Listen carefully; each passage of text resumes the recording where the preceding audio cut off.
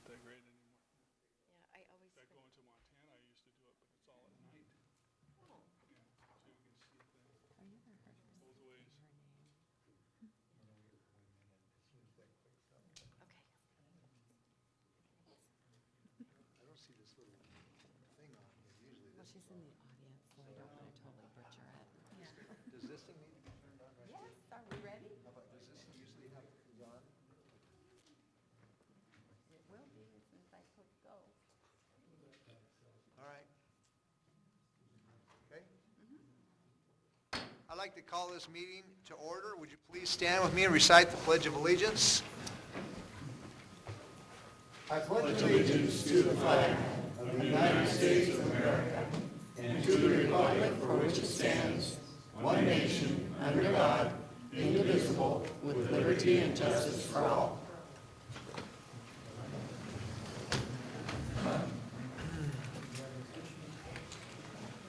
I would like to welcome everybody here tonight to our City Commission meeting. We have many items on the agenda, and so the first item would be a brief commission report from us on what we're doing this week. So Commissioner Moore, did you have something on your calendar? I wanted to report that I met with Commissioner Terry Jeffries of Mason County this afternoon, just discussing some projects that we might potentially work in partnership on in the future. And then tomorrow we have our budget retreat, which the commissioners here are aware of. The things that I'm going to miss that I wish I could go to are Music in the Park on Thursday and the Mason Democrats hot dog roast on Friday. But I will be out of town Thursday and Friday. That's it. Okay. Louder. We Can't hear you? Okay, well, we'll work on that. Here we go. Let's see here.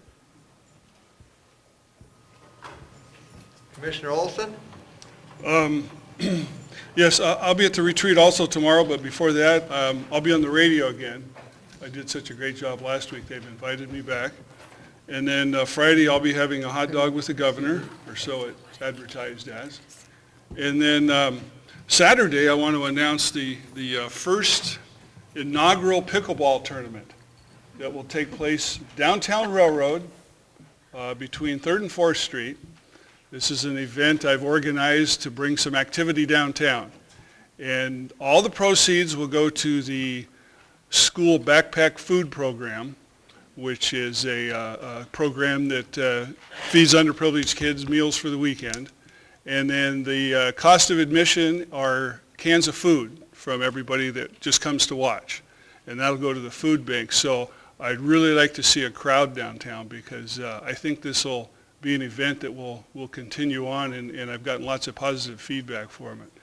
The last thing I want to talk about is I sit on another committee, which is the mental health and substance abuse program that the county has implemented. And today I got to attend an extension of that, and that was what they call a drug court. And it's a program where someone who has a drug conviction has an opportunity to have that erased from their record if they participate in a program which is very stringent and very regulated and controlled by the prosecutor, the sheriff, our very own Les Watson, acting police chief, participates in it. And I'd heard about it and had talked to some people, and until I went today, I actually got pretty emotional about it. It was remarkable to see two young kids' lives changed and perhaps saved from a life of drugs in jail. And I'd like to read something that they passed out about it that really hits home. Drug courts were developed in response to the costly and time-consuming approach to dealing with nonviolent, substance-abusing offenders that were overwhelming the criminal justice system. In contrast to the traditional revolving door approach, drug courts provide an effective solution to drug and drug-related crime through the innovative use of comprehensive supervision, drug testing, judicial monitoring, and sanctions and incentives. Drug courts produce cost savings ranging from $4,000 to $12,000 per client. These cost savings reflect reduced prison costs, reduced revolving door arrests and trials, and reduced victimization. Nationwide, for every dollar invested in drug courts, taxpayers save as much as $3.36 in avoided criminal costs alone.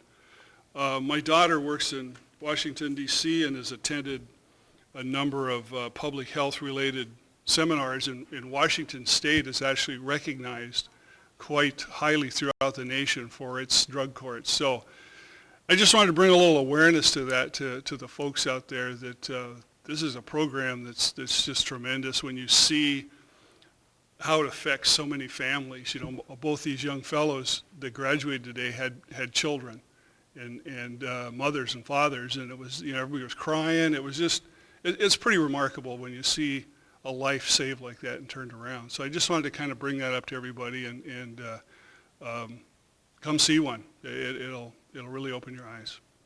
That's all I have to say. Very good. Tomorrow, I also will be attending our city retreat, commission retreat. Wednesday, I will be chairing the Criminal Justice Committee, of which I'm a member of.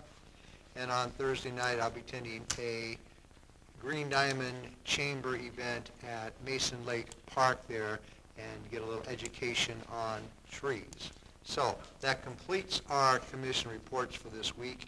The next opportunity on the agenda is for general public comment. Now, let me explain. You can, if you just want to talk about something in the city, this would be the time to talk. If you're waiting to talk about our temporary homeless encampment situation, there will be an opportunity to talk there. There will also be, if we have a specific issue, an opportunity to talk. So it's a good idea that if you speak, we do have a 3-minute time limit per person, that you speak during the time that pertains to the topic that you want to talk on. So, does anybody want to speak here other than the temporary homeless encampment subject? If somebody would like to speak, now would be an opportunity they could do that. Let me go down this list. And Marilyn, did you want to speak on another issue? I prefer to speak at the end. Very good. And then I have Charles. Did you want to speak now?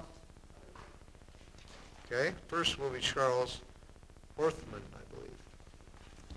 Old business, new business. I'll speak on the homeless encampment when it comes up. You want to speak on that time? No, no, now I just want to ask you. Okay, you went, very good. Last week you said you were going camping this week. Did you I did go camping. Yeah. Did Yeah, you go? is that his microphone on also? I'm not sure that these are connected here. See, yeah, this is not making a bouncing noise. Okay, we're Okay. working on these usually. Testing. There we go. That's the switch. There you go, Charles. So, last week you said you were going camping. Yep, I Did went you go? camping. Yes. Did you tent camp? I slept in a tent, yes. You slept in a tent? Yep. Right on. Cool. Goes to Wallops Park, You yes. know, I figured you were going to talk about this week. You just stopped doing a little homework, a little research. So I went out and experienced that. I figured by now you probably would have transitioned. I haven't slept in a tent for a long time. Well, Till I can be became done. homeless. Yeah, until I became homeless, then I went back to a tent, basic. Then I'm looking to transition back up again. I'm in a trailer now, and, you know, we're looking down the road for maybe some homeless housing or something like that. So, you know, when it's time, I'll speak on the tent encampment. I just Okay. wanted to see if you had a good time walking I back. had a great time. Yep. Did Okay. you want, is that it? Well, yeah, for now. Okay, I only get good, 20 all right. minutes, right? Fantastic. I had a great time. Okay. Thank you, Charles. Okay, next is Barb, and I don't know her last name, but I believe it's Barb. Did you want to speak for this, or Slow, it's about the homeless encampment. let's have you talk during that public comment item Is then. that during the meeting or at the end? It's going to be first on our agenda. It'll be right after this, so you'll be right there. So does anybody want to speak to something other than that? Toby, did you sign in? I did sign it. Okay, well, why don't you state your name for the record? My name is Toby Kevin. I live at 709 Terrace View Drive. And I would reserve an opportunity to address the second topic, but I wanted to piggyback on something that Commissioner Olson said, just for the good of the order, that we have a group that works in Shelton, Mason County, which is called Northwest Resources. They provide a number of case management activities And this Wednesday, we'll be opening, I believe it's a 16-bed facility behind the old PUD, which will be a residential treatment center. Just, Am I off base there, Mike? Yeah, it's actually a week from Wednesday. Aha, okay, a week Next from- Monday, though, is our open house for visitors. Okay, I got that from conflated them. But Toledo. I've talked to some of these people, and what has impressed me is that on top of now having a viable business, there was some labor business that they brought to Shelton. So this is a multifaceted benefit, and this was just for the benefit of everybody knowing about it. Thank you. Thank you. All right. Next, what we're going to do is recess out of our regular meeting and open a public hearing. So we're now recessing out of our regular meeting. We're opening a public hearing on an ordinance, and that is going to be presented to us tonight by our Economic Development Director, Steve Goins. First of all, can you hear me okay? Can you hear me okay now? We're opening a public hearing to consider the adoption of regulations for temporary homeless encampments. I briefed the commission on this a few weeks ago. Wanted to provide a brief overview of what's contained in the ordinance and then allow for the public testimony. In summary, this would provide establishing a permit process whereby churches and a partner could secure a permit to facilitate temporary encampments for up to 90 days on their facilities. The city would impose certain conditions intended to provide safety for both the residents in the encampment as well as the surrounding property owners and neighbors. The ordinance contains that language. Part of the process includes really two meetings. One's an informal meeting where staff would invite the applicants to come to a meeting, and we would notice property owners within 300 feet of the proposed campsite to attend that meeting and start an informal discussion of the process. The final meeting, or the secondary meeting, would be with the hearing examiner. That would be a public notice meeting also, where the hearing examiner would entertain the permit itself. Within the regulations, there's a number of items that we felt were important to provide the safety elements that I just described. One of those was to provide a buffering of 20 feet from the adjoining properties, providing a 6-foot barrier that would separate the encampment from the surrounding properties. That lighting that's proposed would be downward shielded to not spill off into the neighborhood. The provisions include a maximum of 100 residents. That's discussed in item D. We could entertain a lower number. The idea there was to put a cap on how large an encampment could be allowed under this permit. The language included provisions where staff would determine, based on predominantly the size of the area that's being proposed, whether that was an appropriate number of residents to accommodate all the different things that are necessary. There's a community kitchen, there's sanitary facilities, there's fire and life safety access. There's these different elements that need to be incorporated into the encampment design.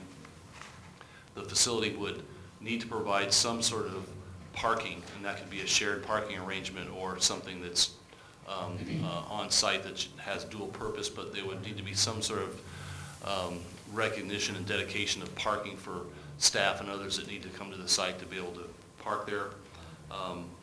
The provisions include minors staying at the facility, and I thought I'd better read that. What the ordinance says here is children under 18 that are unaccompanied by a parent or guardian are not allowed in the temporary homeless encampment. If a child under the age of 18, either alone or accompanied by a parent or guardian, attempts to stay overnight, the managing agency and host should attempt to find alternative shelter for the child and any accompanying parent or guardian.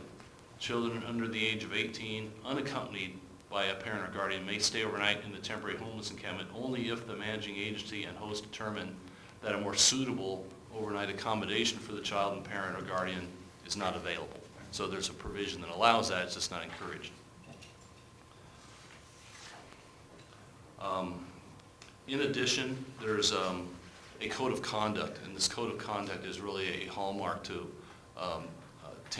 Camp 3 in Seattle, and how they've been able to, I think, minimize their impact and maintain safe facilities. That code of conduct is really something that the residents sign on to.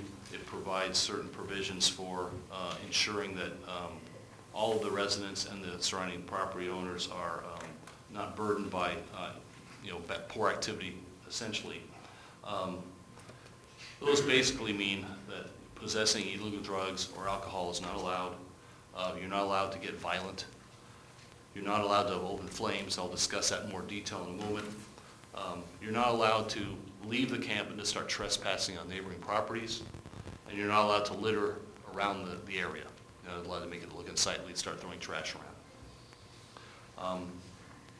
These encampments generally try to be self-policing, and this code of conduct is, again, the hallmark to ensuring that takes place. There's some items that I need to, I think, come back with and describe in a little further detail how we're going to deal with those. One of the conditions requires that the managing agency provide obtain a list of who's on the premises, who wants to stay and be a resident at the camp. That can be a tall order sometimes. Sometimes people don't want to disclose who they are. Sometimes they don't have an identification. They can't prove who they are. We don't have any language in our proposal here as to how to deal with that, and that might be something worth considering. In addition, the language states that the list would be utilized to determine if there's outstanding warrants on any of the folks that are there. Are they dangerous? Are they wanted? The City of Olympia has a process where the managing agencies can get this information from the police department. We haven't been able to determine here just how that process would work, whether that would be through the State Patrol, our police department, or some other entity. We feel that process is pretty important. In addition, our regulations are silent on some aspects of this, and a way to look at that might be that we allow the managing agency to deal with those issues. And some of those that may be a good idea, some of those that may not be a good idea. An example of that is registered sex offenders. We don't describe how they should be treated in our proposal here. That may be something worth considering, whether those sex offenders, whether a level 1, 2, or 3 should be allowed, and if so, do you want to condition that in some manner? Our concern is that the neighboring property owners may be unaware of the type of residents that are coming into their neighborhood and putting potentially their children at risk. Do we want to be ahead of that, or do we want to leave that to the managing agencies to deal with it? Some other things I thought I'd mention, our proposed regulations are silent on this issue of the ID, other than requiring the list. Some other tent cities, some other facilities like this have required that the residents get a photo ID prior to coming on board. That could be something we would want as a requirement, or it'd be something we'd suggest, but it is an alternative to ensuring that we find out who's really there. These regulations omit a smoking area. It might be a good idea to have a designated smoking area, and that sort of speaks to the open flame prohibition that's included in here. A smoking area would obviously minimize the impact of smoking to some people that may don't want to be around it, but it also would eliminate the potential for people to want to smoke in areas where they shouldn't. Having open flames in tents is a very bad idea. My Scout experience has told me that. We probably don't want to encourage any activity that might result in that. These tents are typically placed very close together. In fact, sometimes they're literally next to each other. If a tent was to happen to catch on fire, a number of tents would probably be on fire in a matter of minutes. So prohibiting that's probably a very prudent thing to do. We prohibit pets from the facility in the proposed regulations. There's been some back and forth on whether that's a good idea or not. That's not extended to service animals, but There are cases where a pet is a very important part of someone's life, part of their family, and more of these facilities are accompanying families. And we want to consider whether we want to accommodate pets in this regulations or not. We are also silent on loitering. There's nothing in here that describes that as good or bad. It's just omitted from any of the language. You're not allowed to trespass a neighbor's property, but are you allowed to stand in front of their property or set up a lawn chair on the sidewalk? We don't say one way or the other here. Might want to address that as well. There's also been some discussion about whether this type of facility should be extended to other types of activities that church may want to entertain, whether that would be sort of a weekend retreat or some other type of thing. Maybe Girl Scouts want to have a weekend and, do some tenting or whatever. Staff's belief is that type of activity is more recreational in nature, and this is not recreational at all. This is about people's lives, and it's a whole different animal. We think if the commission wants to adopt those kind of uses as part of a future permitted activity, we should discuss that as a separate item and not try to entertain that or encapsulate that type of activity, that kind of recreational use into what we're proposing tonight. That concludes my report. All right. Now, the process, especially when we have a large number of people that want to speak, is that each person can speak once for a 3-minute time period, and we are all very polite to one another, no matter if somebody agrees or disagrees with anybody. We don't want any applause. We don't need, whether it's for me or whether it's for somebody else or whatever, we don't want a lot of applause. This is just a public information gathering time. Your comments are greatly respected, and we do take these seriously, but we do ask that everybody operates in a civil manner. And I don't see any reason why we wouldn't. I don't think there's any big disagreement or any controversy here, but we want to give everybody the opportunity to speak. So this is the opportunity for public comment time. And so I have a list here. Everyone on this list wants to speak, and so if anyone else wants to sign in, then this would be the opportunity to come and sign a name and address, please. All right. First is, let's just do, Marilyn, can you speak first to this one?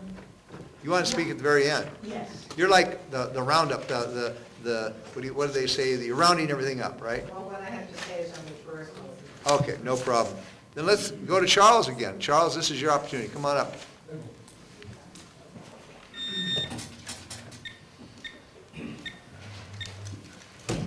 How you doing today? Good. Mayor, Commissioners, and city staff. About a year ago, I came here, sorry, because I was homeless. And now there's other people that are too. And I commented on your motto, building a stronger community together, and I'm glad that you're welcoming me to that process, to this appointment to the Human Services Committee. I thank you for your support in that area. I really have, from my first appearance, really wanted to help these people, and I've got my opportunity now. And I think the key word all the way around, homeless camps and that photograph I showed you, that long line of people waiting in line for food in our community, please, whatever anybody does, just try not to make it too burdensome, okay? Just, everybody, let's get along here. I think we can do this. I think we can build this community together. I really do. Okay? So, and there's some people here that are new, some I haven't seen before, some I haven't met, some I have seen and I've got to know really good. And there's one here, stand up for me. Come on, please. She wrote on a picnic. Okay, well, she wants to speak, Charles. Yeah, She wrote on a picnic table. She's happy to speak on her own. Last summer. Okay. Are you going to stand up and speak or get lost in the crowd? Okay? All right. I'm glad she showed up today. It's beginning to look a little bit more like we the people than it ever did before. So, All right. thanks for listening. Sorry I lost it, but That's all right. I got a passion for this, okay? All right. I know it well. So, Thank you very much. Next is Barb, and is that, I don't know how to say your last name, so I'll just say Barb. I'm Barb Parslow. The state RCW is a simple 2-page ordinance which allows churches to provide shelters for the homeless. The city's proposed 19-page ordinance is the kind of overregulation that leads citizens to despair. Some of these requirements seem to go beyond the concerns for safety, noise, and crime allowed by the state Supreme Court. A camp would last 90 days at most. It would be subject to all the existing laws which already prohibit violence, trespassing, littering, and more. So many of the provisions in the ordinance are redundant with existing law. Many of the provisions seem arbitrary or unnecessarily restrictive. Why can't the church apply for a permit every year? What's the purpose of a 6-foot fence? How will it address safety, noise, or crime? Why does the church fence have to be 20 feet away from the property line? A fence can normally be constructed up to the property line. This ordinance substantially limits the church's use of its own land. Another provision says that temporary structures must be less than 120 square feet. But existing codes allow temporary structures up to 200 square feet without a permit. Why does this ordinance, why is it more restrictive? Another provision requires that the site must be restored to its pre-encampment conditions within 1 week after the permit expires. But what if the church wants to keep their new fence or keep a new shed? What if it takes 2 weeks to restore the site? These are the type of onerous restrictions that can create arbitrary and unnecessary burdens for the hosting organization. Another restriction allows the city to shut the camp down at any time with 48 hours of notice, without hearing or due process. This is not standard procedure or a reasonable way to deal with churches who have invested time and money to help care for our neighbors in need. Since the camp is only permitted for 90 days, any problem is self-limiting. It would be more helpful for the city to work with the hosting organization to mitigate problems. The churches are one of the bright lights that ensure that Mason County is a caring community where we want to live. Please don't make their efforts more difficult. The Supreme Court has ruled that requiring a church to apply for a permit is a slight inconvenience and is constitutional. But they also made it clear that cities are not allowed to impose a substantial burden on religious communities who are carrying out their mission. The proposed 19-page ordinance will add time, expense, and uncertainty to the simple act of helping our neighbors find a safe place to sleep. If that's not a substantial burden to exercising our faith, I don't know what is. Thank you. Can I ask you a question? Yeah.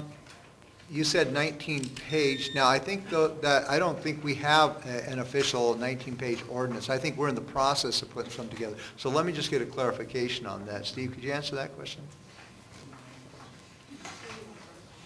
The draft I found online was 19 pages. Okay. Well, I want to get clarification here before we kind of go on because it's 9 pages.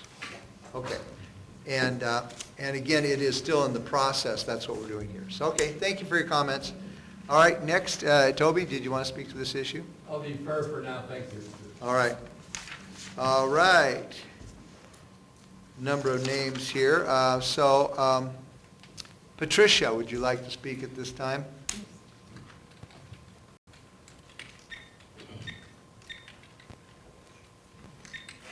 Patricia Vandehay, 111 Southeast Lupin Place, Shelton. It's gratifying to learn the state of Washington has taken responsibility to enforce the First Amendment as applies to the states via 14th Amendment, which directs a state from prohibiting the free exercise of religion. However, in reading the ordinance, it has become apparent that the onerous conditions presented in the ordinance makes it virtually impossible for a religious group to meet and therefore constrict their ability to practice the free exercise of religion, which is an essential part of the religious belief to aid in the alleviation of many problems that the poor and the homeless experience.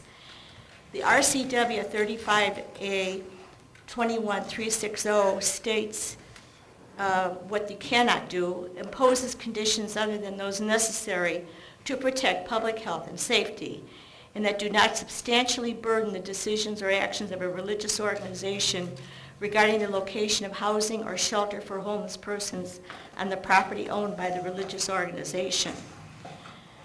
There's also another RCW 3601290, which basically says the same thing, except it has a note at the bottom of it. The legislature finds that there are many homeless persons in our state that are in need of shelter and other services that are not being provided by the state and local governments. The legislature also finds that in many communities, religious organizations play an important role in providing needed services to the homeless, including provisions of shelter upon property owned by the religious organizations. By providing such shelter, the religious institutions in our communities perform a valuable public service that for many offers a temporary stopgap solution to the larger social problem of increasing number of homeless people.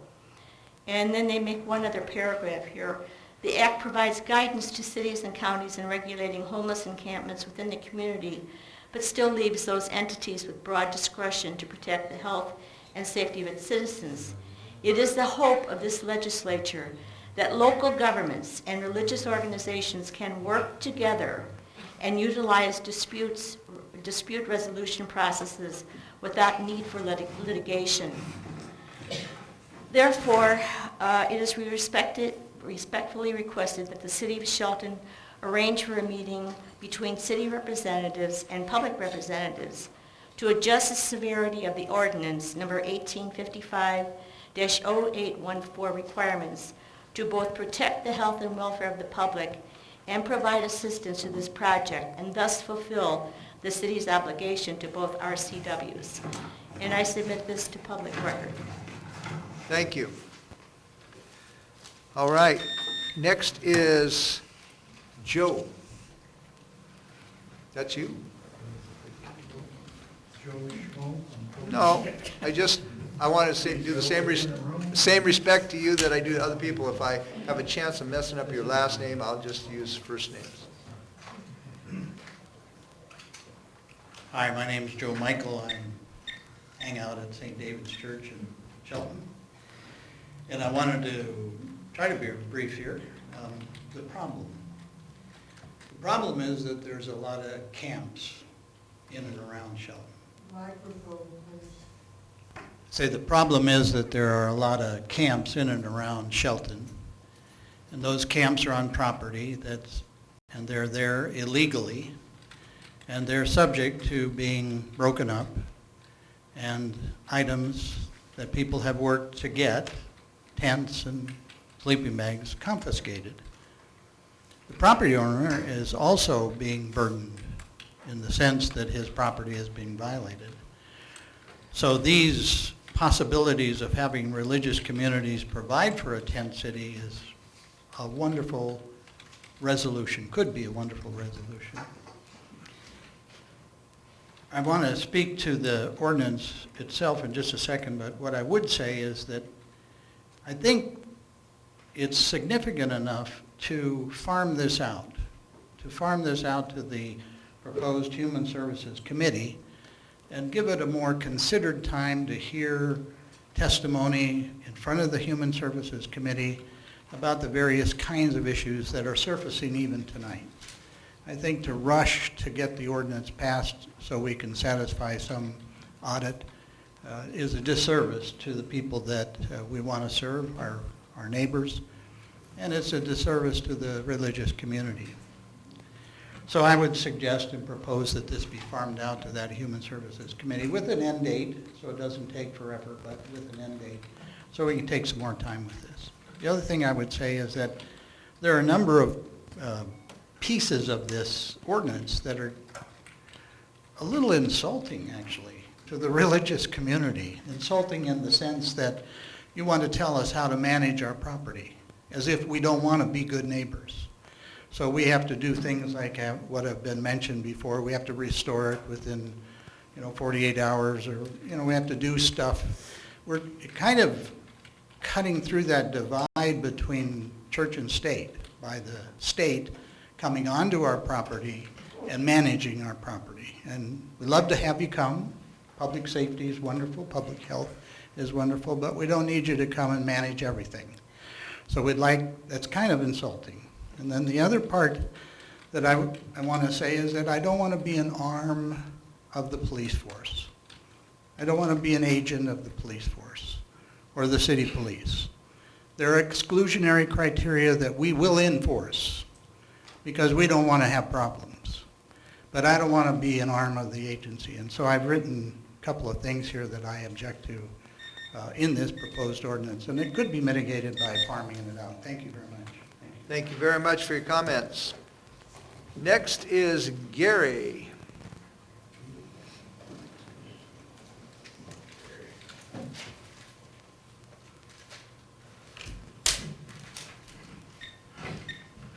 My name is Gary Brumbaugh, and I've been done business in Shelton since July of 2003, living in Mason County, and have been a resident of Shelton at 1605 Puget Street since July of 2005.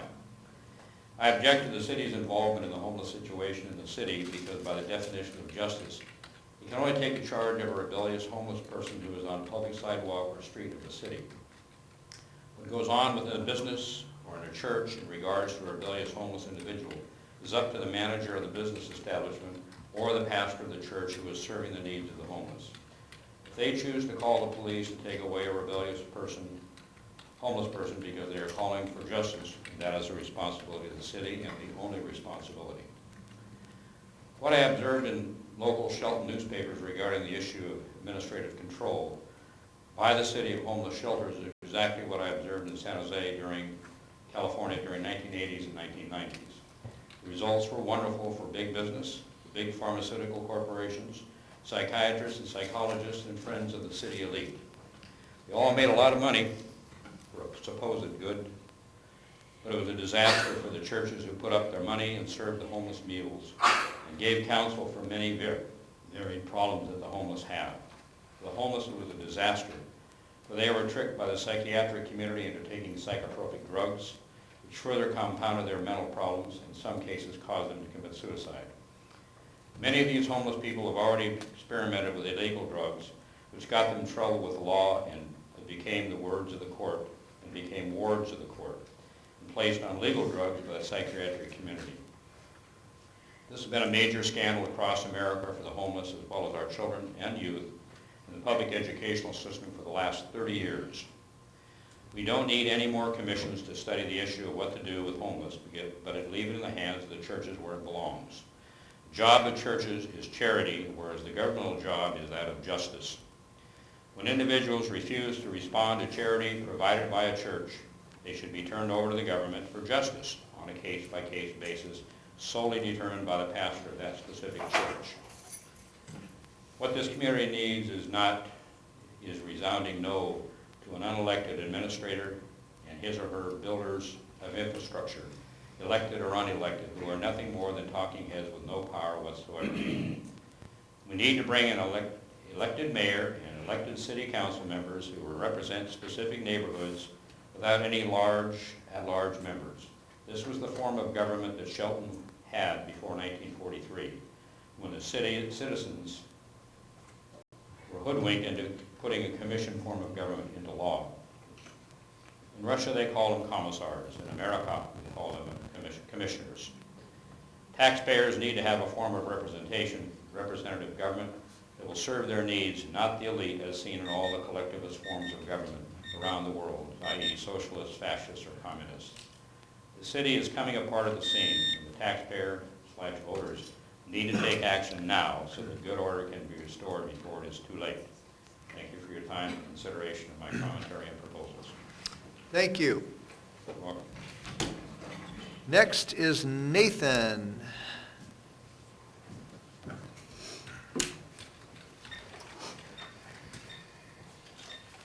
Well, my name's Nathan McClintock, and I guess I'm just pretty much here to speak on behalf of the homeless. Until about 7 years ago, when I tore my spinal cord, I was never homeless, had a good life. Once I was unable to work, and it's a rough process after that, I became homeless.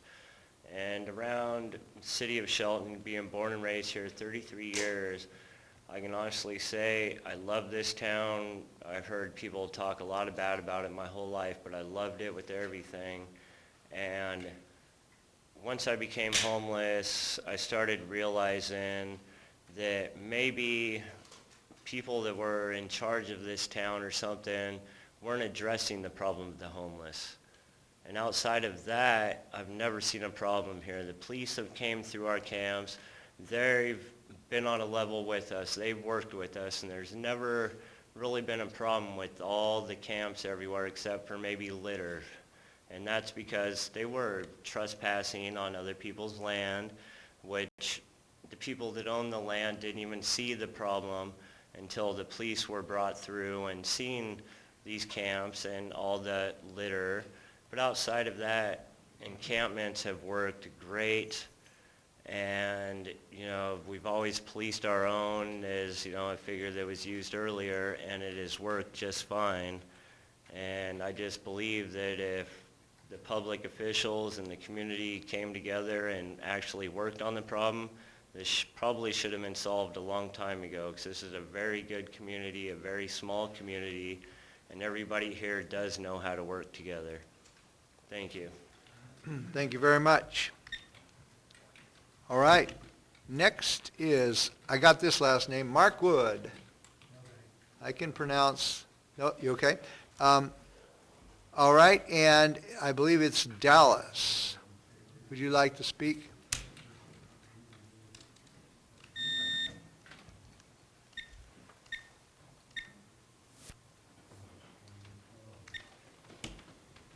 Hello, my name is Dallas Harry Wisby II. I'm a veteran of foreign wars in the United States of America. I've been homeless on and off ever since I got out of the military. And I concur with Nathan. Thank you. Thank you for your comments. All right, that's all I have on my list right now, but we are here to hear from the public, and I would encourage anyone that would like to speak that now would be an opportunity. If you could come up and sign your name and address right here, we'd appreciate it, and then we can have you speak towards the issue. If there's anyone else, this is the opportunity. Sorry, we got to check your ID, make sure you're a city resident. Here, you can sign on this. Here, we'll do two rows here. There you go. Or sign that one. You can sign, they'll give them to us. While these people are signing in, I did want to remind everybody here that this commission had, at the moment, nothing to do with the writing of this ordinance. This is a staff as suggested to us, and so we are still in the process of thinking of what we are going to do. So, did anyone hear that? I don't think so. I don't think so. All right, so that was my comment on that one. Sure. Sign right there. You can sign this one right here. We'll catch 4 more. Hi, Sugar. It's right, Shelton. I kept wanting to come down and see you today, and I didn't make it. I painted about 15 bad paintings, but I had fun doing it. It sounded like you had fun.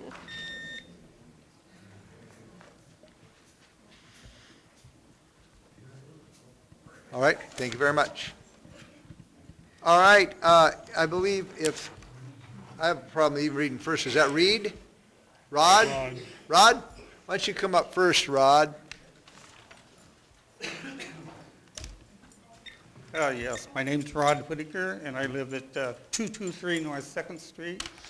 And I share a common property line with a homeless shelter right now. And I really would like to speak on the issue of trespassing. Right now, I just had an incident last night where my wife went out to the yard and there was some guy squatted down in our carport. My wife yelled at him, says, "Hey, what are you doing?" He says, "Oh, I'm tired. I was just taking a rest." Well, he left. She went over there. He had urinated and defecated in our carport. And of course, she came in and told me. I went out there. I couldn't find him. So right now we have a police report on it. And I just want to look around this room and I feel all these wonderful people here with it. Want to help the homeless people. However, there's dangers that come with doing this. You know, what does a sex offender look like? What's a burglar look like? They look like all of us. You can't, nobody's got a sign over their head that says, "I do this, I do that." Well, when you bring these people in and concentrate them, I guarantee that the property owners around there will experience the same things I do. In the last 3 years, I've had to have 3 restraining orders issued to homeless people that have been attracted to that shelter through trespassing, thefts, vandalism. My cars have been broken into numerous times. There's probably an incident, more than likely, once a week that has directly affected our property with the homeless shelter. I also live in a neighborhood, Councilman Olson is my neighbor, and we've actually attended meetings and talked to the shelter, and Father John has been fantastic. The shelter has worked with us. It's needed. I'm not against anything like that, but I just want people to know that there's going to be trouble with these camps. Thank you. Thank you for your comments. Next is Edgar Mathis. Edgar Mathis. Come on in and come up and speak, please. Hello, my name is Edgar Matheson. I've been homeless for over 12 years, and I've never been in trouble with the law. And yes, there are bad people, but we the people that are homeless are trying to make it better. So you can't take all the burden out on one. You have to let us have a chance. That's all I ask. Thank you for your comments. Next is, I think it's Sandra Moore.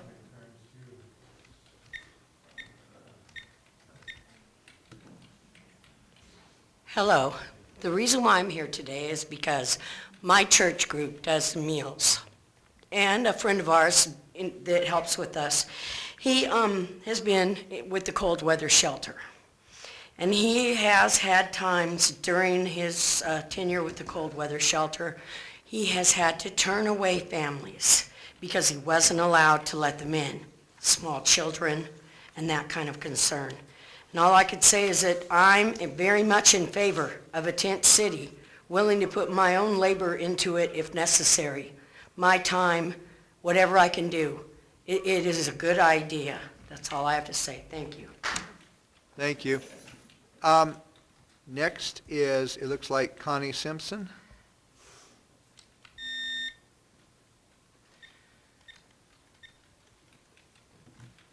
Hi, I live just outside of the city line on Mill Creek Road, and I kind of am the other side of the coin. There are people living in the woods around my property, and while that makes me a little nervous at times, I have never had a single problem. I don't even think anybody's ever trespassed. I only remember one time someone going after a dog into my yard that had escaped. I've been really actually quite pleasantly surprised by the civility of these folks. And I think it's the right thing to do everything in our power to help those of us in our community who are less fortunate. People deserve a chance. They deserve extra chances when they're down on their luck. And I really applaud Father Joe and the community for working on this, and you guys for working on this and considering all the angles. But in the end, let's do everything we can to help people have some sort of a safe and dry and community place to put their head down at night. Thank you for your comments. All right, that concludes everyone that I have, and I think we're about ready to move on. Did you want to speak? Okay. Again, excuse me, Toby Kevin, 709 Terrace View Drive. Really more of a question. I don't know about others, but I'm curious to know what we jointly contemplate as the process to deal with the things that have been said this evening. I wonder if Steve or the commission would like to comment on how you propose to address. First you address the commission, and then if we would, then we would All right, ask Steve. And I think it's a positive thing to ask Steve what the process is, because he would know the process that we would I need would to do. then So I ask can if the easily ask commission Steve would if he would please say that, okay? So Ask Steve- us to be illuminated on how we go forward, and I hope we can accommodate the concerns. Okay. Steve, could you address the next step in this? The commission has several options. You could extend the public hearing while we try to address some of the issues that have been brought up tonight. Staff would entertain the idea of having commission feedback at this point, getting some direction on how to proceed. Staff brought up some items that we wanted some direction on in addition during the presentation.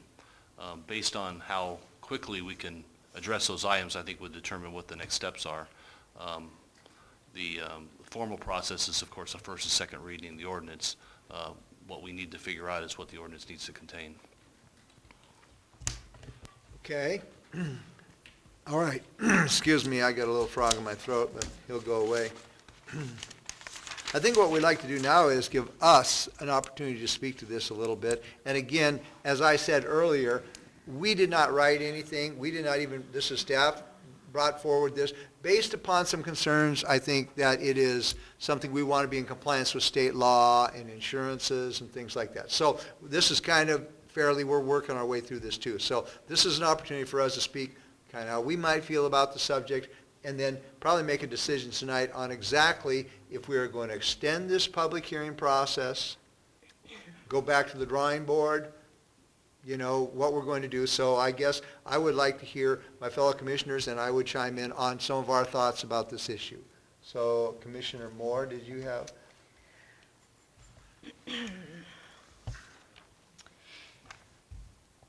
First of all, Yeah, we're working we're on having that. trouble. There you go. First of all, There you go. oh, there we go. Yeah, You can hear me it's now. that thing. First of all, I would like to acknowledge that this is an emotional issue, and I would like to point out that all of the people who have spoken here have big hearts, and we all want to work together to solve this problem, or to make this problem better and make conditions safer and better for those who are in the situation, as well as keeping the rest of the city in a good place too. So this is not proposed to be a negative thing at all. And it's my feeling that we do need an ordinance because it gives predictability to each situation. We can't always trust, and we can't always do everything all by ourselves. So each church can't come up with their own rules. I think it would be easier if we had some guidance. So I would also really like to commend Charles and Nathan and Dallas and Edgar, and thank you for wanting to be part of this community and wanting to make it a better community for everyone. I'm really welcome your input, and I'm glad that you care, and you can help us with the situation. I would like to say also that I have homelessness in my family. Some of my family members are homeless, and I worry about them all the time. I worry about the people that we see on our streets here all the time. And so whatever we can do to help this situation, I want to do. And I think if we do consider all of the testimony, everyone is not going to be 100% happy with the results, but it is our community and we can all work together. And my ultimate goal is to not have tents, but to have actual houses for each of our citizens who need them. So, thank you. Thank you, Commissioner Moore, for those comments. I want to start off with what Rod said. I too am one of two residences that abut the cold weather shelter. I moved there 7 years ago, and I think the shelter had just opened maybe the previous year. And to be honest, when it first opened, it was a disaster. We had a horrible neighborhood down there. through a series of meetings with Mr. Goins and Father Joe before he got there, the other church staff, we addressed a lot of these issues with the neighborhood and the congregation and the city, and they got solved. And right now, the cold weather shelter is a model, in my opinion. It's well managed. Somebody get a phone ringing? It's well managed, and it was mostly done by the church themselves. The city did not interfere with how they wanted to run it. There was some parameters set, safety and health issues mostly. When you're in a building enclosed like that, fire and safety are very important. And I think with this proposed ordinance, that to me is also a large consideration, that we need to have health and safety standards. I fully support the churches wanting to do this, because I think it gives a safer haven than encamping in the woods like is currently going on. Some of the issues I have with some of the items in the ordinance are one, the fence. I think if we require some sort of a fence, it should be on a case by case. I mean, you have some churches, for instance, like the Catholic Church, has 15 acres.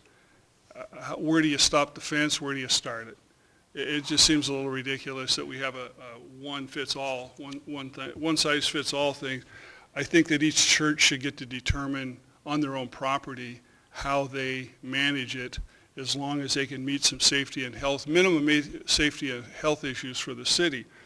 We have a junkyard ordinance on the books that really is not enforced, and I don't see why we should make the churches enforce something that we don't have even the residences enforce. That if they don't want to clean up, like Father Joe said, the churches are going to take care of their own property. I don't think we need to have an ordinance that says you have 1 week to clean it up, kind of a thing. I think the churches will take that on themselves. I also have a little bit of issue on requiring liability insurance. It's their own property. I feel that if they want to take on the task of allowing this, then they take on the liability themselves. I don't see how it affects the city if it's on private property. That the church themselves will police the host, or the hosts themselves will police the tenants that want to be there. I don't think that we need to put a burden on them of $1 million insurance policy. I believe most of them probably already have liability insurance for their own premises, that we don't have to add that on as a further burden to them. So basically I'm saying that, the minimum sanitation, minimum fire safety, personal safety, I think that's where we should stop with what the city enforces. I think each church should be left to how they want to handle it. I agree with Father Joe that they shouldn't have to provide a list of who's there. That my experience at the homeless shelter across the street is that they police themselves very well. If there's an issue, they call the police immediately, and the person's removed. They gather. I know Rod's had many issues. He's right next to them. There are the bad apples. There are in any society. I don't think you can set the standards based on the worst case. I think that this is a humanitarian thing that we should do, is allowing this to happen with as little regulation as we can, but still protecting taxpayers and neighbors around the area, such as the case that has happened in my neighborhood. We worked with Father Joe and the church, and they did an exemplary job of listening to us and responding and making it work. So I think that that's a model that we can take and do it church by church by church. And I see no reason why we can't make this work. All right. At first I was kind of hoping this issue would just go away, but I can see by the attendance of the group tonight that wasn't all going to happen. I think it's good to look at your city and look at the needs in your city, and to understand that we do have a problem. We have an issue with a lot of people who don't even have enough money to rent an apartment, or to have a house to live in, or even to rent a room. And that there is a responsibility to society to have options for those people. So I agree with something that Commissioner Moore said, and that is that our first choice is that we have a city that has economic growth and jobs and opportunities that tent cities don't exist. That would be my first choice. I would love to have the city of Shelton not have a tent city, that we had places where people could live and without having to live in a tent. That's my first choice. I could agree with Commissioner Olson on the fact that if we go forward with this, we have an ordinance on this that probably a 6-foot fence that's put up all around an area and then removed 24 hours after, that probably needs to be changed. And I also looked at the open fires. If we're going to have a tent city, that I kind of think, you know, if I lived in a tent city and I was part of a community and it was summer night, I might like to sit around a legal fire pit. Marilyn, I see you smiling at me on that one. Okay. I didn't get the idea from you. I had the idea before you said that. But anyway, that you'd have an open fire pit, you know, and that you'd sit around. And so I really, I guess, upon looking at this, in my personal life, I had a history of drugs. I have always dealt with people from prison or drugs in trying to help them and providing jobs for them, working with them, renting rooms to them. And so I have a passion for that. But that's in our homes, and and this is a little bit of a different situation. I think this is a start, but I would entertain a motion to prolong this public hearing process and have it on our agenda for our retreat tomorrow, to have an opportunity for us 3 commissioners to talk a little more about this and go back to staff and probably fine-tune these regulations a little bit more, so they're a little bit more, I think, in line with what we probably feel is best for this community. So that's what I would like to see at this point.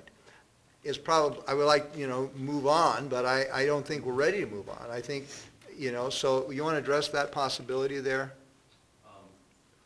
I would recommend setting a date certain for reconvene the public hearing. I'd suggest September 2nd, which is, I believe, the first night meeting in September after Labor Day. So that folks that want to know what is going to happen next can anticipate what meeting that's going to occur.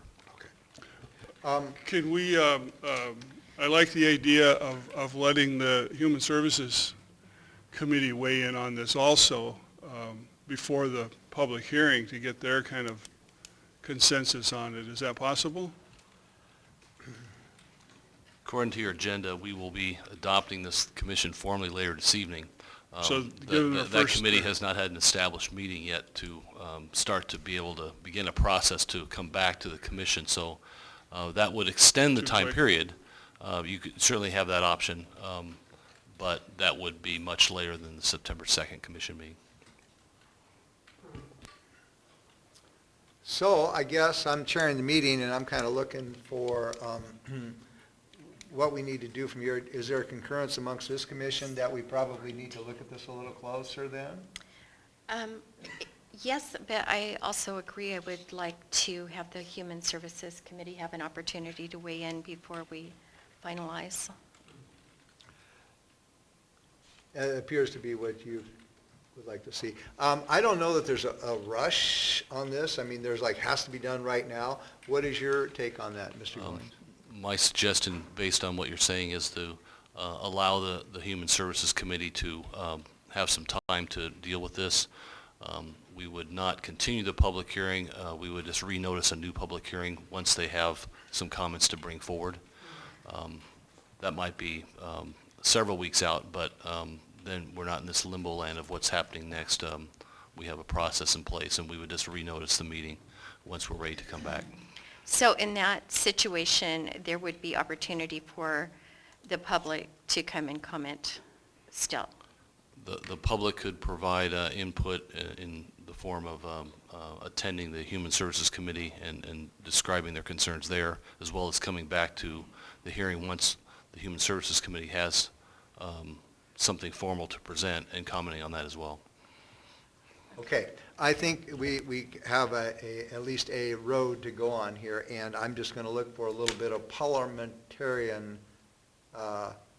advice here. And so I'll look to my city administrator, and I think before we close this public hearing, what would your recommendation be on how we then proceed at this point?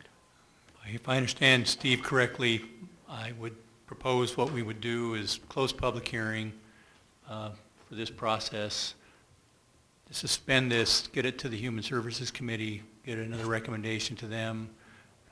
They can modify the work that we've done thus far. They can start from scratch and then bring back their recommendation to you. Is that where your head was, Steve? That's correct. Okay.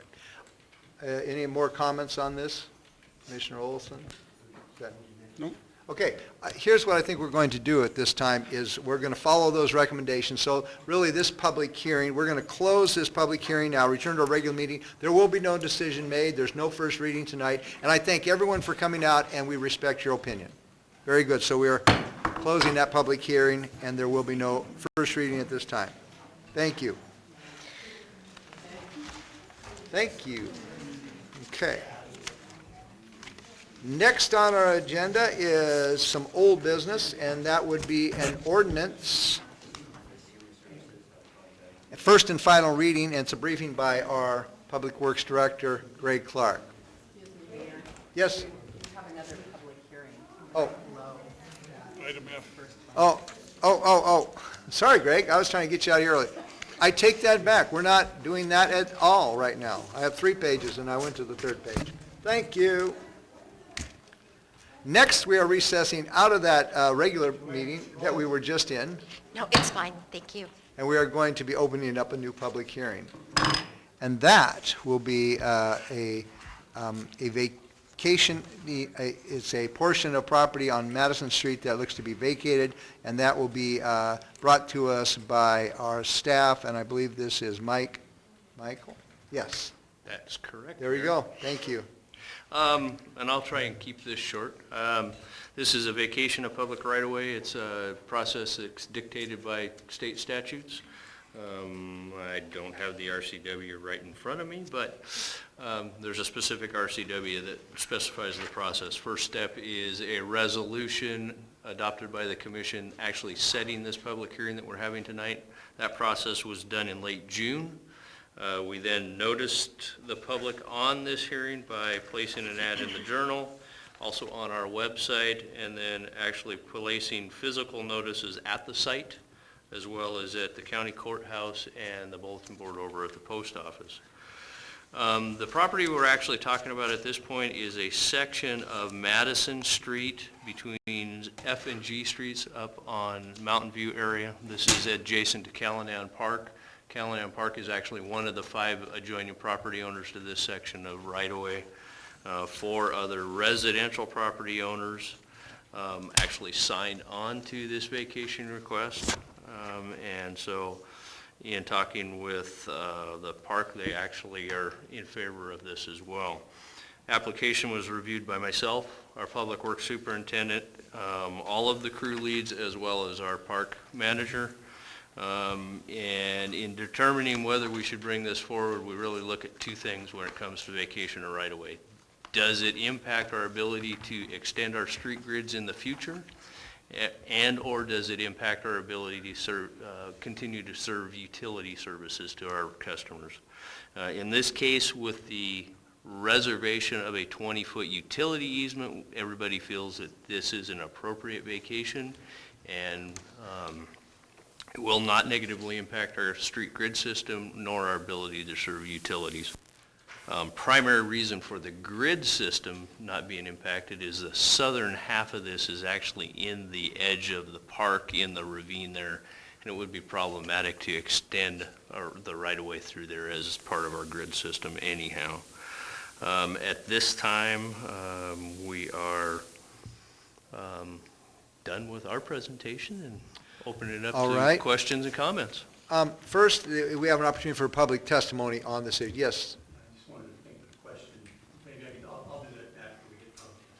All right, Mr. O'Leary, then actually this is the opportunity for public testimony at this time on this issue. Okay, seeing none. Questions or comments for staff? No, I think all my questions have been answered. Yeah, I was just curious about utility easement, that's all I was. Sounds good to me. And I was just hoping that everybody that touched the situation were not against it. And so it looks like we have that. So, Mr. O'Leary? Just had a question on this, and I was out past week, so just had a question about that lot that's in the middle, the one owned by Brian Murphy, which looks like it landlocks them, and I presume that they've got alley access, otherwise they're not going to be able to access the property. Are we violating our own zoning ordinance you only mentioned right-of-way and utilities, but there's more city going on than those functions. Have you talked to Steve to determine whether giving him alley access only might be a violation of our code? Is that, if somebody came in and said, I want access my property by alley only, can you give me a permit? Would we give it to them? That's the issue that I asked about before, and I hadn't heard you mention, hadn't heard you address that. Right. Did not look into that in as detailed as probably you would like, Dave. It is fairly common. We have a lot of our layout plans that do actually require the driving access in the alleys because of various regulations. That was a question for you, Steve. I don't know if you heard all of that. We do have a situation where the middle property has been and currently does access directly from the alley, not the right-of-way. Never has, because the right-of-way is unopened. The question is, at this point, I would assume it's a grandfathering issue. However, does it raise any future questions without having direct?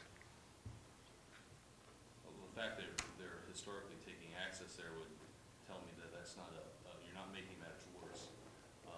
If there's not plans to establish a improved right-of-way there, I'd say that's likely because of the request to vacate, that the property isn't further harmed by vacating the property now.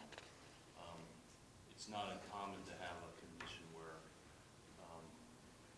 vehicle access is by alleys and pedestrian access may be by other means. But it appears that this property's had alley access for probably decades and solely by alleys, so.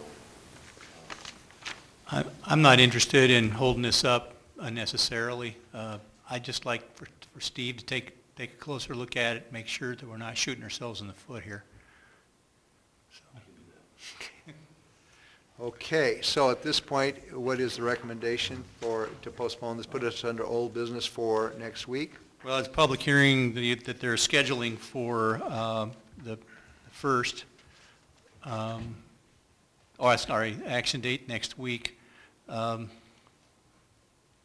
just soon leave that on old business, and if Steve come back and says, I see a problem here, then we can take it under advisement and maybe So we see can what have first reading on this, we can close this public hearing and have first reading. I don't want to belabor it, but I would prefer that you didn't take action until he's had a chance to look at it. I'd rather cross our i's and dot our t's, or whatever they say. So I believe that sounds prudent to me.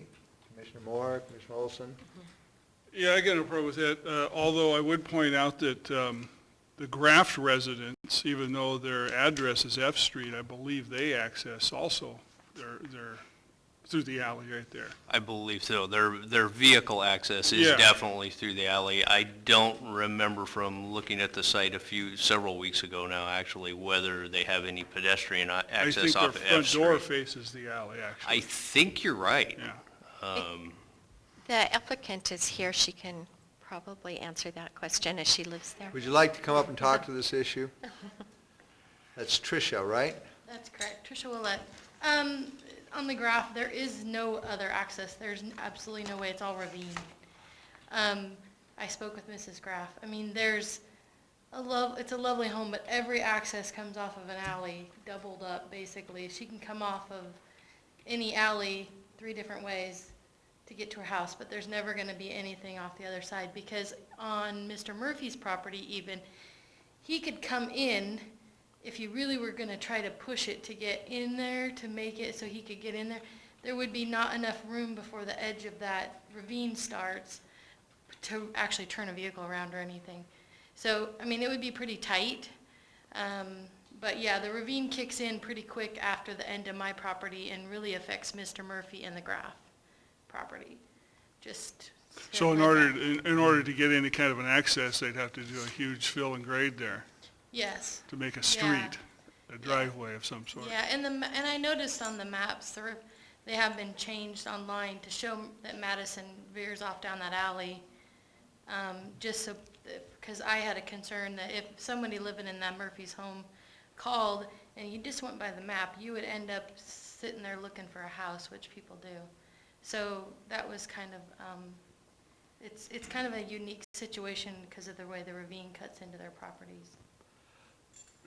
Yeah, that is true. The ravine is quite pronounced in the southern half of that right-of-way, and from a practical standpoint, makes that right-of-way undevelopable beyond that point there.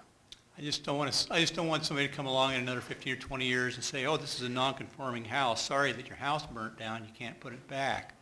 And because the city vacated your right-of-way. So that's why I want to get this right. So. Makes perfect sense to me. I think, we can have we can actually postpone this and bring this back under old business next week, is that? Yeah. Yeah, I think that's what we probably ought to do. My recommendation would be to continue the public hearing until next week, close the public hearing after you've had a resolution to these issues, and then take action. That would also allow potentially the Murphys or others to come and either speak for or against if they choose to. We can contact them and see what their preferences are. It sounds like there may be a need to readdress the Murphys property. That may be an issue that they weren't aware of when this began. We can talk through what that looks like. All right, I think that's what we will do. Then what we're going to do is not have first reading tonight on this issue. What we're going to do is come back and we're going to continue this public hearing next week. And so at this point, we're going to close this public hearing and not have first reading on this issue again for technical reasons. All right. I think what you wanted to do was continue the public hearing to next week. Yeah. And you close it next week. You just said we're closing the public Right, hearing. right. So we would It's continue the public hearing. Still open till, these are difficult things to learn. We're going to still keep the public hearing open until next week. It looks like we probably are going to, everything's going to be fine, but we've run into problems before in life, and we want to make sure everything is kosher, ascetic, or whatever they say. Okay, so we're not closing this meeting. Forget that last bump. All right. All right, next I believe we're into consent agenda. Could we please have a reading of the consent agenda? Consent agenda. Vouchers numbered 83952 through 84028 in the amount of $478,947.15. Payroll warrants numbered 71923 through 72105 in the amount of $639,564.91. Commission meeting minutes from the business meeting of August 4th, 2014, study session of August 11th, 2014, the Human Services Committee appointments of Mr. Toby Kevin, Mr. Charles Orthman, Ms. Tamara Ingwalson, Ms. Linda Amar, and Ms. Marilyn Vogler for terms of 3 years. Ordinance number 1856-0814, second reading, an ordinance of the City of Shelton, Mason County, Washington, amending chapters 14.16, 15.24, and 16.06, and adding a new chapter 1714 to the Shelton Municipal Code relating to utility latecomer agreements. All right, is there a motion to approve the consent agenda? I have a question first before I make a motion, and that is on two of the vouchers to Hood Canal Communications. They were about $14,500. Is that because we have no longer an IT guy, and so that's where that's going? Okay, I thought that's. I think that's, well, I haven't looked, but yes, I think they kind of got stacked up. Okay. All right, I move we approve the consent agenda then. I second that motion.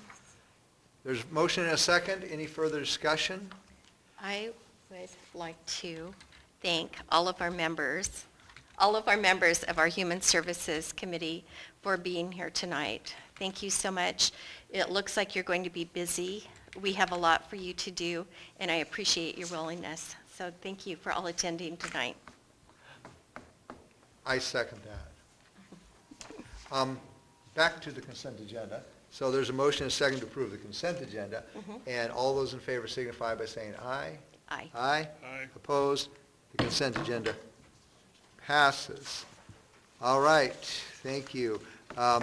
Next under old business is, it believes a briefing for a first and final reading on an ordinance to be presented to us by our Public Works Director, Greg Clark.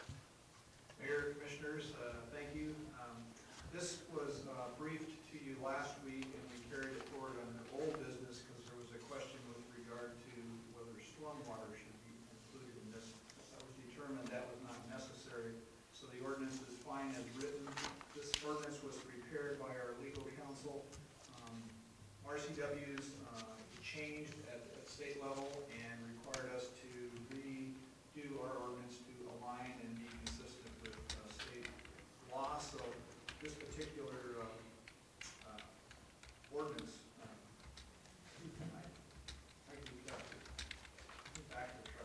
There you go, join the crowd. I do it on a regular.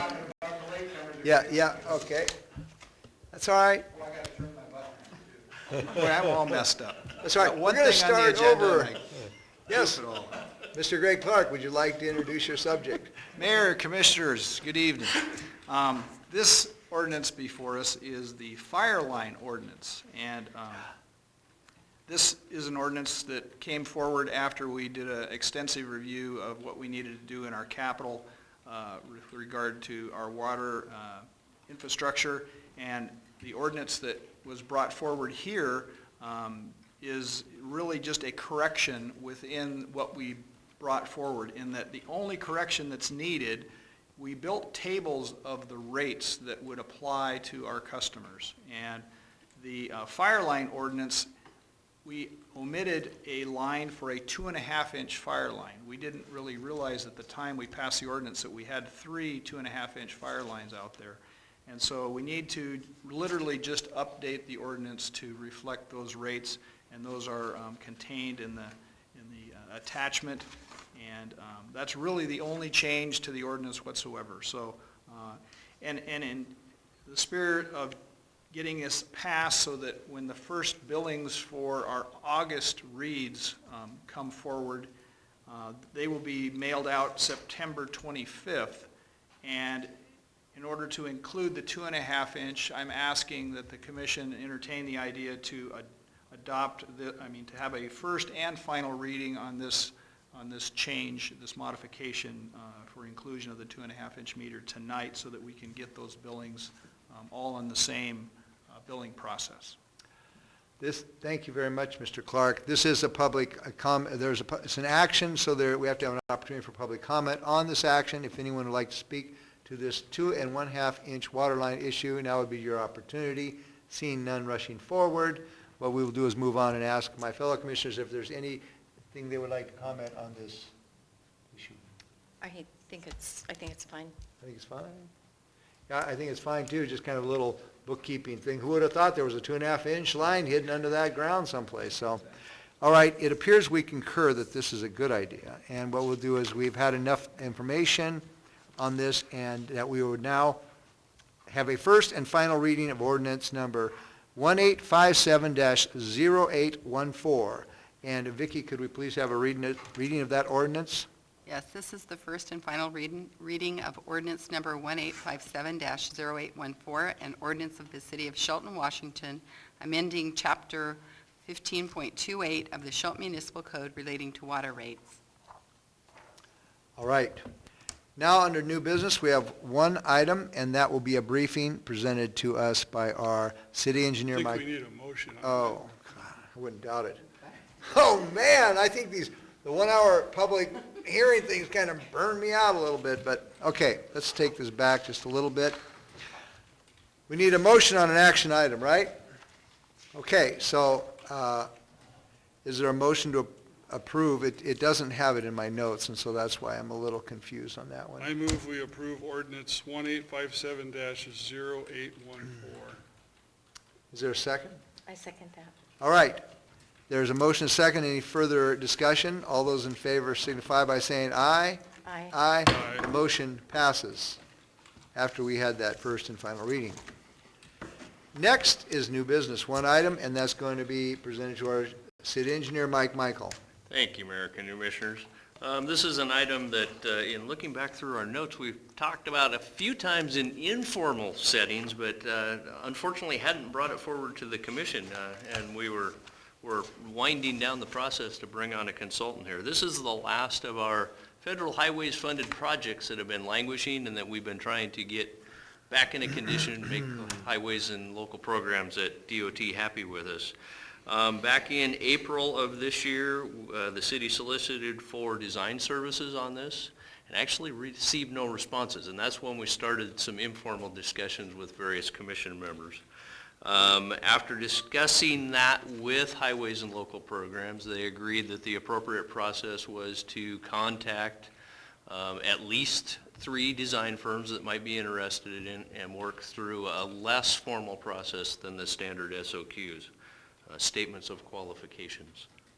To that end, we went off of the MRSC roster, which we are members of, and selected 4 firms to actually bring down, walk through the project as a group, and then follow on with interviews. The firms that we talked to were Gray & Osborne, the firm that originally did a lot of the design work on this project, Lochner, Exeltech, and RH2 Engineering.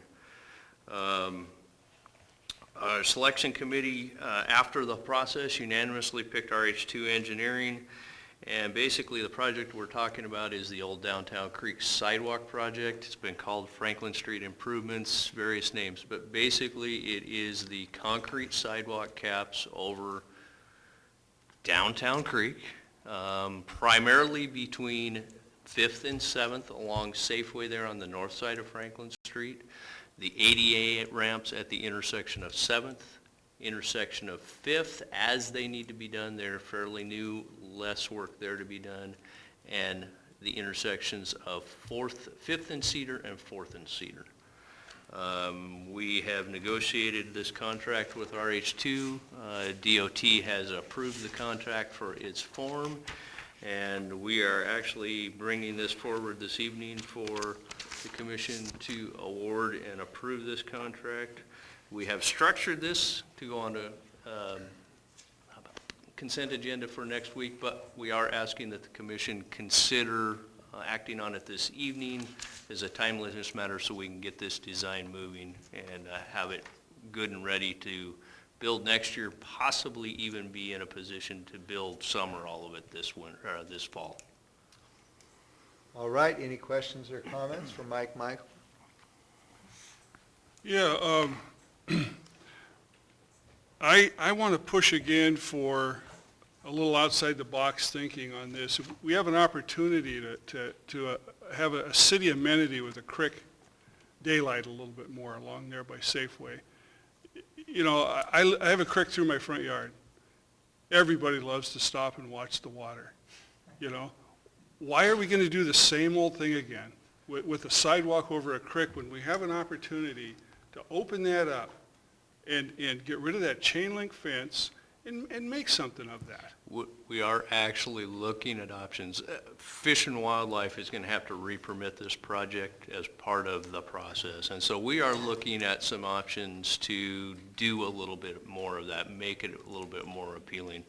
One of the ideas that's come out of early discussions is taking portions of the cap and actually making them an open grading. So there's still a walking surface, but the channels are open up, similar to a marine dock. Lots of ideas. We have some ability to think out of the box a little bit on this, but not too much because of the parameters of the grant funding that's paying for the bulk of this work. So we have to kind of juggle the 2 pieces there to make this work, get the money spent and taken care of, get it off of the federal books before we actually lose the money. This is another project we're in risk of losing the money because of the time it's taken to get to this point. I get that. I would just like to really strongly push for something there besides, you know, burying the creek again. I would also agree. I would feel that way. anytime we have an opportunity to enhance our creeks, we should. I don't have any problem with that, except that I think that probably the chain link fence is a little ugly, you know. So I would tend to think at least lowering it and painting it black. I mean, can we not get that out of it? I think we can do something there. I think that's Safeway property, isn't it? I'll have to look into that. It's close, right? Yeah. The right-of-way is really close on the backside of the, But I think we could do something better than a chain link, now, especially now that they cleaned the creek out.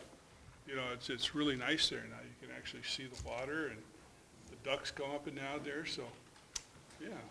All right, any further discussion on this matter? So at this time, I guess, you're asking for a, basically, for a, it looks like to release this, this is the consent agenda item. You'd like this not to be placed on the consent, or to be placed on the consent agenda? we've written the briefing to place it on the consent agenda following the standard procedure, but we are asking the commission to consider acting on it this evening and approving the contract for RH2 engineering and authorizing All the right. mayor to sign on the commission's behalf. I personally have no problem with doing that at this time. We always like those first and second and third and fourth touches. I've been hearing about it for quite a while, so I kind of take those. Nobody's left out in the cold on this one. So I guess I would entertain a motion to approve this. I move that we award the design services contract for the Downtown Creeks project to RH2. I'd second that. There's a motion and a second to approve this, and any further discussion? All those in favor signify by saying aye. Aye. Aye. Okay, the motion passes. Getting down to the end on this. One more thing. Yes. Mike, as you guys report on this in the coming weeks, sure you give us an update on the potential for daylighting some portion of that infrastructure. Yeah. All right, next is administration report. I'll be at a conference later this week. We have our retreat scheduled for tomorrow morning, 8:30 here in the Civic Center. In fact, should be a fairly quick one. It's the subject is the budget. We have some changes to our budget process that I think will be interesting to you. Kathy and I spoke earlier today, and we will have some more information about the economics and also the first cut on our forecast for the next 5 years, maybe 6 years. And at any rate, that's my report. All right. There is an opportunity to general public comment. Another one of those. We had 16 of them. Go ahead, Marilyn, come on up. 3 minutes, why not? I'm sure Marilyn Vogler, 420 East Poplar. I had a comment. I'm sure my dinner is not only cold, but unreheatable, so continue on. You can go home and build a campfire and warm it up again. Sure. I just want to thank you very much for the appointment to the Human Services Commission. I also want to thank you gratefully and sincerely for passing on the Tent City ordinance to the committee to consider. That goes a long way in showing that you take the committee and the issues seriously, and I appreciate the charge. Thank you. All right. Well, maybe my dinner is reheatable. Thank you very much, Marilyn. Appreciate that. All right, administration final touches. Touches, Mike? Two that came to light this morning.